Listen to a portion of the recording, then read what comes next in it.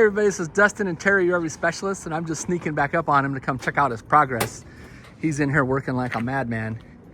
So going to town. So a couple things that we found while we were doing this is this seal is completely broken loose on this side as well as over there.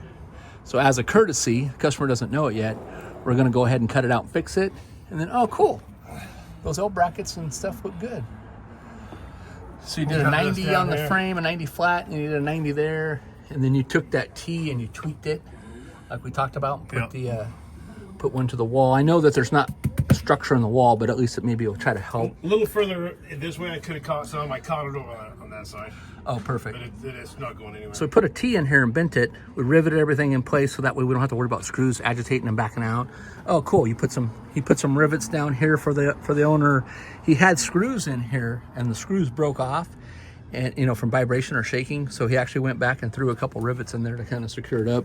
Oh, and you copycatted it over here? Yeah. Perfect. So added some more additional rivets over there.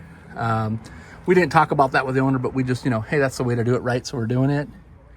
And then you're still gonna relief cut that piece over there. Yeah. So he's gonna take and cut a little piece of that where that whole paneling is just bowed out, or it was either just cut too big or whatever. But then you still got to do all the straps. Yeah. And get somebody to help push it up closer for you. Secure that. Yep. Yeah. So you can see. Go ahead and do that again.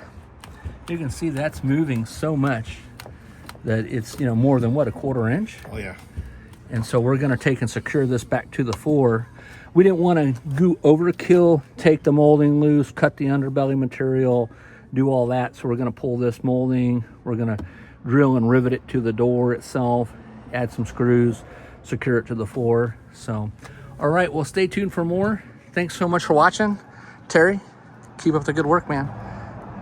Thanks a lot again for watching. California RV Specialist and your RV Specialist on YouTube.